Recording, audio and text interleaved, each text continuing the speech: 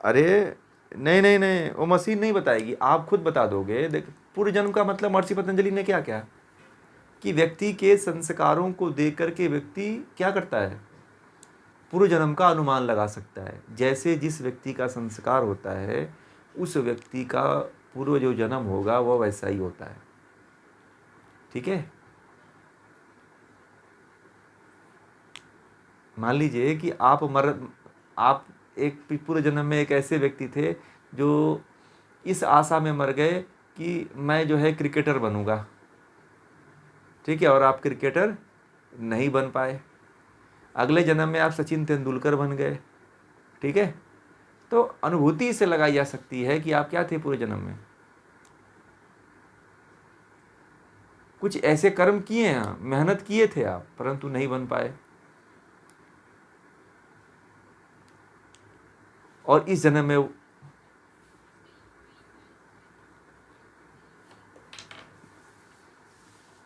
तो वही तो मैंने बोलता हूँ, आप लोग साधक रहे हो भाई।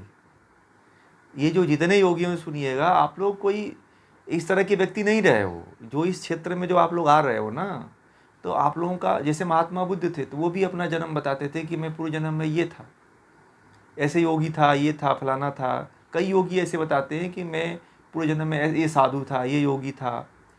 हो सकता है कि पूर्व जन्म में आप लोग सन्यासी रहे हो। ठीक है। मतलब आप लोग ये जो इतनी गहराई से जो आप लोग डटे हुए हो ना, ये बताता है, ये परिचय देता है कि आपका संस्कार कुछ अलग रहा है। ठीक है। आप लोग अपने आप को पहचान नहीं रहे हो कि आप कौन हो, परंतु आपका मैं तो आप लोगों को कहता हूँ कि आप लोग कुछ विशेष हो। ठीक है। मैं तो आप लोगों को कहता हूँ कि आप लोग बड़े सौभाग्यशाली, बार बार कहता हूँ, एक बार नहीं कहता हूँ। और मैं कई बार कह चुका हूँ कि आप लोग कुछ विशेष व्यक्ति हो। क्यों? क्योंकि इस तरफ जुड़ने वाला व्यक्ति कुछ विशेष ही होता है। कोई आम व्यक्ति नहीं जुड़ता है। आप ही के घर में कई लोग हैं ना, कोई पत्नी से जुड़ा हुआ है, कोई पति से जुड़ा हुआ है, तो पति पत्नी और पति क्यों नहीं आ जाता है भाई? क्योंकि उसके संस्कार ऐसे नहीं रहे हैं। भले से आपके साथ वो जुड़ गई है या जुड़ गया है, उसका संस्कार ऐसा नहीं रहा है कि वह आ जाए आपके साथ में। कई महिलाएं और कई पुरुष इसलिए दुखित रहते हैं कि उनकी महिलाएं और उनके पुरुष नहीं आते हैं जो जिसमें वो जुड़े हुए हैं। तो कई महिलाएं तो ऐसे कहती हैं कि हम मुझे आत्मग्लानि होती है कि मैं मुक्त हो जाऊंगा, हमारे पति पति बच जाएंगे। तो मैंने कहा कि पहले आप ही मुक्त हो लो उनको। ठीक है, उनको छोड़ दो। उनके संस्कार बनने में बहुत समय लगेगा ना। उनके संस्कार बनने में आप बना ही नहीं पाओगे। ठीक है। आप बना ही नहीं पाओगे, क्योंकि आप लाख कोशिश करोगे, जो आपके अंदर ज्ञान है वो उनके अंदर ज्ञान हो ही नहीं पाएगा। ठीक है। आप जितनी समझ रखते हो उतनी समझ वो रखेंगे भी नहीं। आप जितना इसके प्रति डिवोटेड हो उतना वो डिवोटेड हो भी नहीं पाएंगे। क्योंकि ये एक जन्म का तप नहीं होता है। जैसे कि व्यक्ति जब साधना में पहुंचता है ना, तो एक जन्म का तप नहीं होता है, उसके हजारों जन्मों के तप होते हैं। आप यहाँ तक पहुँचे हो सकता है कि अब आगे का जो तप आपका होगा और इससे अच्छा होगा। ठीक है। इस जन्म में मुक्त हो गए तो बहुत अच्छी बात है, नहीं मुक्त हुए तो हो सकता है कि अगला जो जन्म होगा वो ऐसे भी इससे भी थोड़ा ऊंचे स्तर का होगा। नहीं तो मैं तो कहता हूँ कि इसी जन्म में मुक्त हो जाओ। आप लोग काहे पीछे के लिए छोड़ोगे, है कि नहीं? अब कुछ लोग आलसी स्वभाव कहते हैं कि नहीं पिछला जन्म अभी है, उसी में कर लेंगे, अभी कौन जल्दी जाती है। है ना? टालिए मत। पिछले पता नहीं क्या होगा, किस जन्म का। परमात्मा क्या करता है पता है? देखिए एक चीज़ और बता दूं, यदि इस जन्म के अवसर को आप लोग नहीं ध्यान इसका फायदा उठाते हो, तो क्या करता है परमात्मा कि कई पिछले हजार जन्मों के संस्कारों को जोड़ करके ना आपको कहीं गलत कार्यों में फंसा देता है।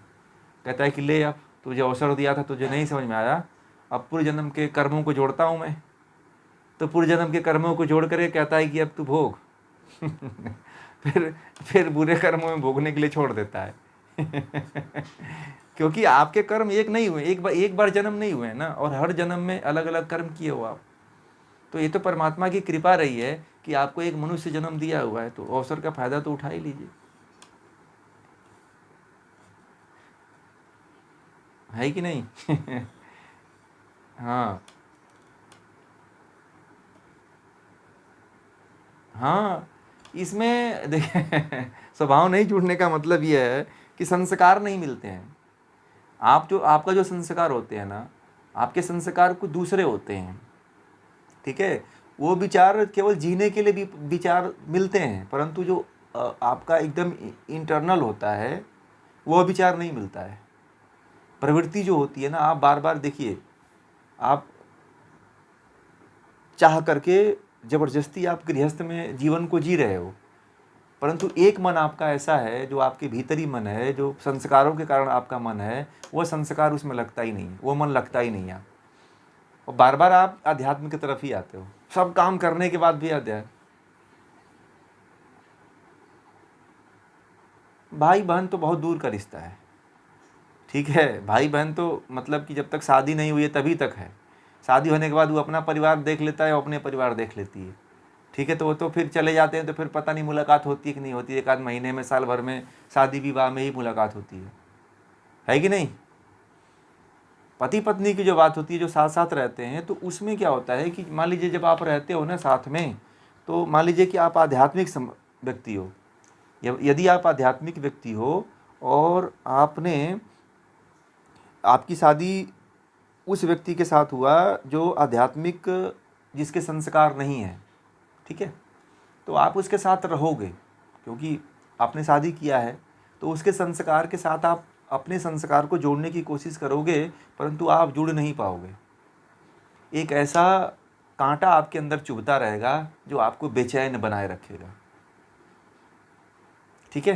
कौन सा बेचैन? वो कौन बनाएगा? एक तो परमात्मा और दूसरा आपका संस्कार।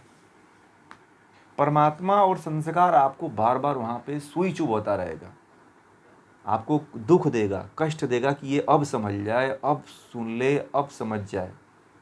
परमात्मा ऐसे संकेत देता है, आपको दुख देगा, भयंकर दुख देगा, आपको पीड़ा देगा, आपको रोग देगा कि कम से कम ये अब भी मुझे याद करे, कि मैं इसको दूसरे तरफ लेके चलूँ, इसके संस्कार अच्छे रहें। हाँ, जिसका संस्कार अच्छा रहता है ना, उसको दुख ज़्यादा मिलता है कि वह जो है परमात्मा की तरफ बढ़े, और न वो चैन से नहीं रह पाए, और वह चैन से नहीं रहेगा, वो चैन से नहीं रहेगा, पता है। वो परिवार में रहेगा परंतु उसके खालीपन लगेगा, उसको खालीपन लगेगा, वो खोया खोया सा रहेगा। उसको परिवार की जो, जैसे कि पत्नी चाहेगी कि चलो होटल में खाना खाने चलते हैं, तो वो होटल में भी जाएगा तो ऐसे बैठेगा, जैसे ऐसे खाना खाएगा जैसे उससे कुछ भाता ही नहीं। पत्नी कहेगी चलो थोड़ा डांस कर लें, तो पति जाएगा परंतु वह ऐसे ऐसे करके चला आएगा। समझ रहे हैं? वो केवल अभिनय करेगा। हाँ, परमात्मा आपको चाहता है कि आपको, हाँ परमात्मा, हाँ परमात्मा आपको चाहता है कि आपको मुक्ति दे, परंतु आप ऐसे व्यक्ति हो कि फिर भी नहीं जागते हो, फिर भी आप जो, देखिए, जिसको सुख मिल गया ना बहुत ज़्यादा, वो तो समझिए कि भुलक्कड़ हो गया, भूल गया वो। यदि बहुत ज़्यादा जिसको सुख मिल रहा है संसार में, तो ये समझिएगा कि वह व्यक्ति कभी मुक्त होने वाला नहीं है, क्योंकि वह सुख में और कर्म कर्मों के फल, कर्मों के संस्कार और बढ़ा रहा है, वो मज़े ले लेकर के। बहुत बहुत समय लगेगा, बहुत समय लगेगा। जो संसार में जो सुख का आनंद ले रहा है ना, उसको बहुत समय लगने वाले हैं, बहुत समय लगने वाले, हो सकता है कई जन्म लग जाए। और जो मस्ती में रहना चाहता है, जो आनंद में रहना चाहता है, जो एंजॉय करना चाहता है, हर पल को एंजॉय जो करता है भोग से, तो उसको बहुत समय लगता है। कुंती ने कहा था ना कि मुझे दुख दो। बहुत से ऐसे हैं, दुख क्यों मिलता है? दुख उसी व्यक्ति को मिलता है जिसके कर्म पूर्व जन्म में या तो खराब रहे हों, ठीक है, परंतु खराब रहे हैं तो इसमें आपको चेतना चाहिए। सुख में परमात्मा का ध्यान यदि व्यक्ति करता है ना, तो वह व्यक्ति सबसे श्रेष्ठ होता है, उसकी भी मुक्ति हो जाती है, जो सुख में परमात्मा को नहीं भूलता है। मतलब सुख में भी परमात्मा को केंद्र में रखे हुए हैं।